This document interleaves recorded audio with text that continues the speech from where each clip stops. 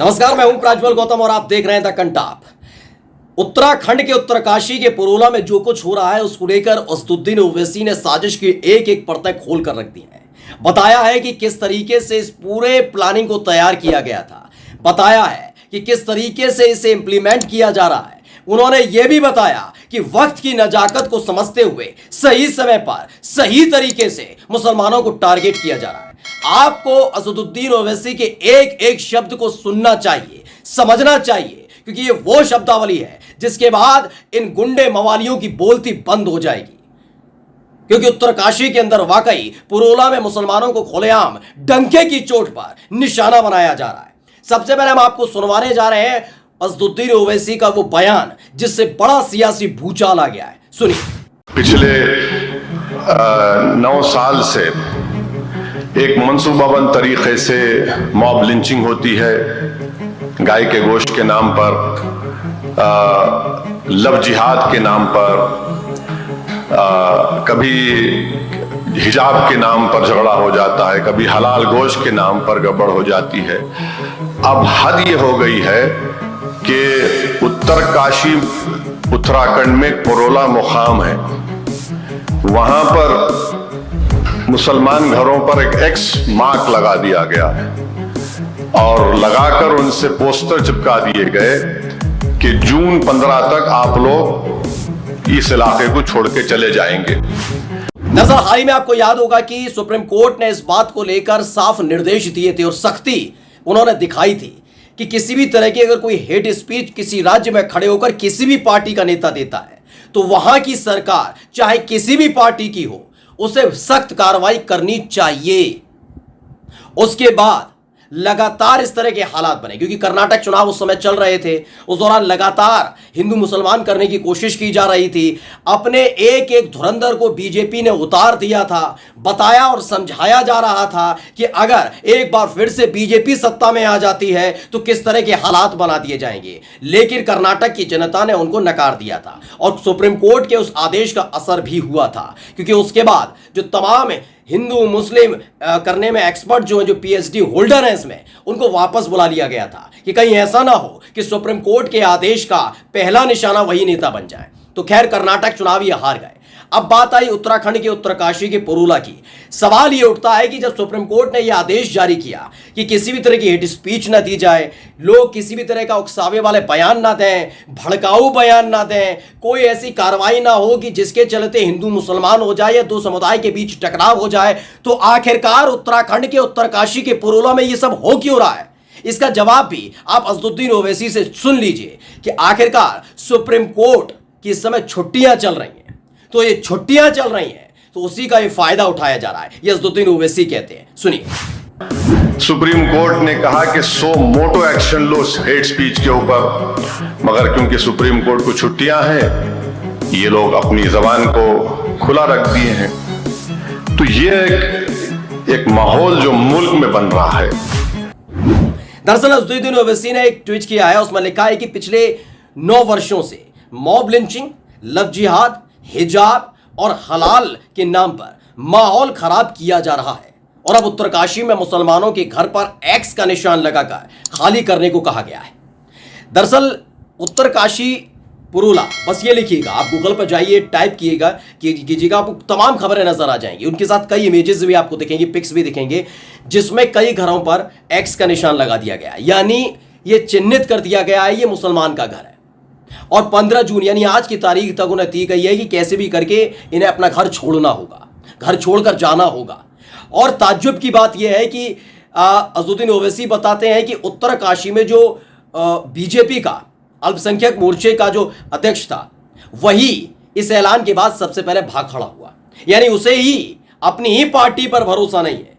BJP की सरकार उत्तराखंड के अंदर चल रही है, पुष्कर धामी वहां के मुख्यमंत्री हैं, उन्हें भरोसा तक नहीं है बीजेपी के नेताओं को कि जो ऐलान इन गुंडे मवालियों ने किया है उससे पुलिस इन्हें बचा पाएगी। यानी सोचिए, वो मुसलमान अल्पसंख्यक मोर्चे का अध्यक्ष बीजेपी का जिसकी सरकार चल रही है, उसी का नेता भाग खड़ा होता है इसलिए डर की वजह से कि उसको पूरा भरोसा है कि वो ये नहीं देखेंगे कि किस पार्टी से है, वो ये नहीं देखेंगे किस दल से आप ताल्लुक रखते हैं, वो ये देखेंगे कि आप मुसलमान हैं, और मुसलमान देखेंगे तो उसके बाद कुछ भी किया जा सकता है, क्योंकि खुलेआम अब ऐलान किया जा रहा है, कहा जा रहा है कि हम जेनोसाइड करेंगे, हम भगा देंगे, दौड़ा देंगे, बड़ा कदम उठा, बहुत अलग अलग तरह के भड़काऊ बयान दिए जा रहे हैं और इन एक एक बयान को डिकोड करके रख दिया है अज़दुद्दीन ओवैसी ने। सुनिए क्या बयान। अच्छा, उसमें छोड़ के चले जाने वालों में सबसे पहले कौन भाग गया? उसमें बीजेपी के मुस्लिम माइनॉरिटी का लीडर जो 25 साल से रहता था, उन्हें घर को लॉक डाल के भाग गया और ओपनली वीडियोस जारी होते हैं कि आपका जेनोसाइड होगा, आपका कत्लेआम होगा। दरअसल उत्तरकाशी के पुरुला में जो कुछ हो रहा है उसको आसानी से टाला जा सकता था अगर सुप्रीम कोर्ट का हवाला देकर ही इन फसादियों को रोका जाए, लेकिन इसको रोकने के पीछे की सबसे बड़ी वजह यह निकलकर सामने आती है कि अगर ऐसे फसादियों पर लगाम कस दी जाएगी तो जो आगे आने वाले चुनाव है उसमें ऐसे लोग इनका सहयोग नहीं कर पाएंगे। यानी जब इन्हें हिंदू मुस्लिम करने की कोशिश करनी होगी तो कहां से मिलेंगे, क्योंकि इन्होंने पहले ही कार्रवाई कर दी उन पर। तो ऐसे लोगों पर कार्रवाई करने के बजाय इस पूरे मामले को हल्के तरीके से हैंडल किया जा रहा है कि लाठी भी न टूटे और सांप भी मर जाए।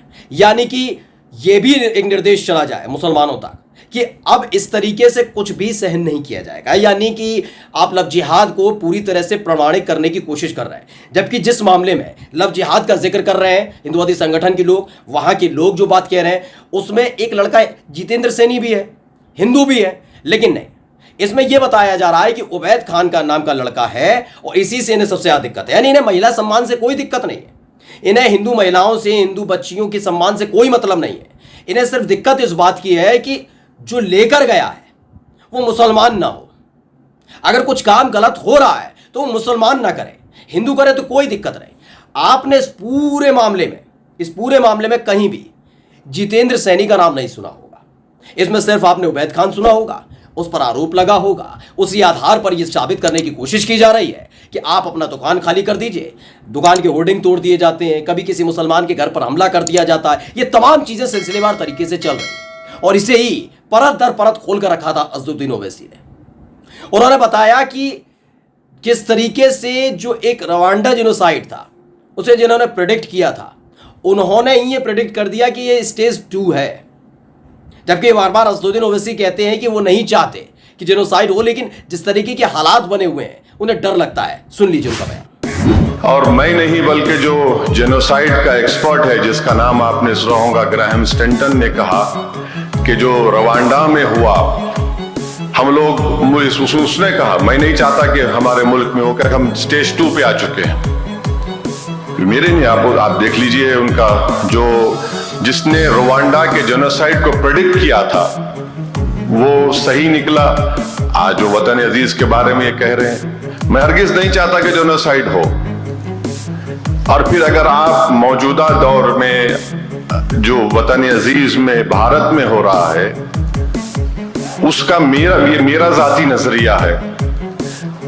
हम लोग मैल्कम एक्स और मार्टिन लूथर किंग के उस जमाने की जद्दोजहद को नहीं देख रहे हैं, हम लोग 1930 के जर्मनी को देख रहे हैं। और 1930 के जर्मनी में भी ऐसे ही हेट स्पीचेस शुरू हुए थे जूइश कम्युनिटी के खिलाफ, उसके बाद उन पर हमले शुरू हुए।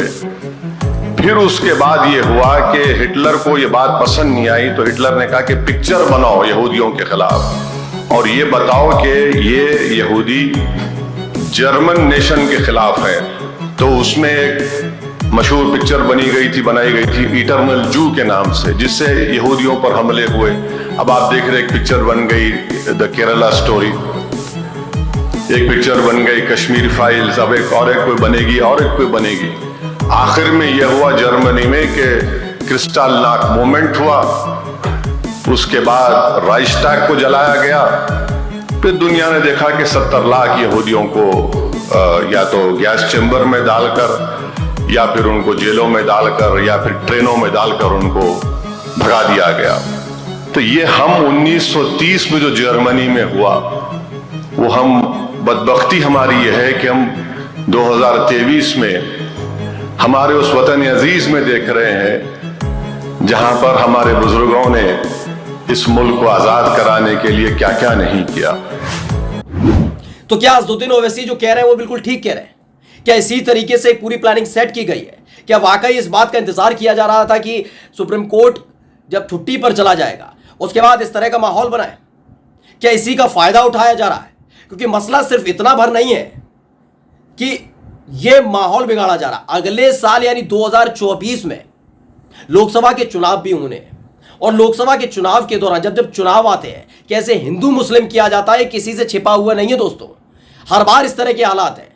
आप किसी भी चुनाव में चले जाइए, आप राजस्थान जाते हैं, राजस्थान के चुनाव में जब बजरंगबली का नाम लिया था, यह बताने की कोशिश की गई थी कि किस तरीके से हिंदूवादी पार्टियां, क्या हुआ, बेड़ा गर्क हो गया। कर्नाटक में भी हाल ही में आपने सुना होगा, पश्चिम बंगाल में जब हुआ था चुनाव तब आपने सुना होगा, उत्तर प्रदेश में भी इसी तरह के हालात थे कि उत्तर प्रदेश में बताने की कोशिश की जा रही थी कि कांवड़ियों पर फूल बरसेंगे, ये होगा वो होगा, तमाम चीजें हो रही थी। अब यही हालात एक बार फिर से इसलिए भी बन रहे हैं क्या कि लोकसभा चुनाव बेहद करीब आ चुके हैं। कहने और बताने और समझाने के लिए कोई मुद्दा अब सरकार के पास बचा नहीं है। इसलिए इसी तरह के मुद्दों को आजमाकर, डराकर, धमकाकर ये समझाने की कोशिश की जा रही है कि अगर एक बार फिर से बीजेपी सत्ता में आती है तो हिंदुओं को डरने की कोई वजह नहीं रहेगी। ये एक वजह है क्या? और अगर यही है तो असदुद्दीन ओवैसी सही कह रहे हैं तो इस पर सोचने और समझने की बहुत जरूरत है। नमस्कार।